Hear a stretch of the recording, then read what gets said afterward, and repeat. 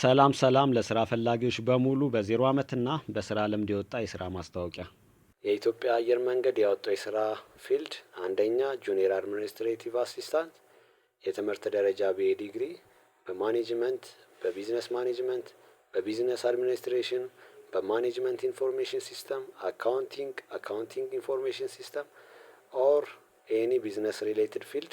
የስራ ልምድ 1 አመት። ሁለተኛ አሲስታንት AC ዋየር ሃርነስ ፕሮዳክሽን ቴክኒሻን የትምህርት ደረጃ ዲፕሎማ 10+3 የትምህርት አይነት ኤሌክትሪክሲቲ ኤንድ ኤሌክትሮኒክስ።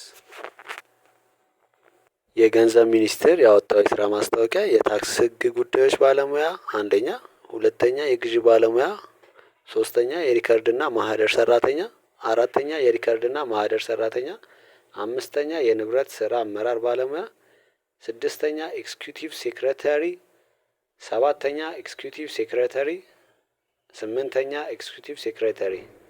በእነዚህ የስራ መደቦች አወዳድሮ መቅጠር ይፈልጋል። የሚያበቃበት ቀን ጥር 28።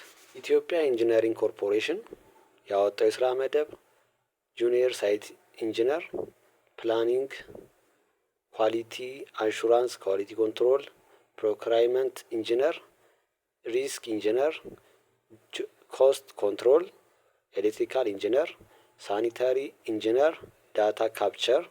የትምህርት ደረጃ BSc ሲቪል ኢንጂነሪንግ ኦር ሪሌትድ ፊልድ። የስራ ልምድ አይጠይቅም። የሚያበቃበት ቀን የካቲት 3። እንዲህ አይነት መልእክት እንዲደርሱ ቤቱን ሰብስክራይብ ያደርጉ። ለሚያስፈልጋቸው ሼር። መልካም እድል።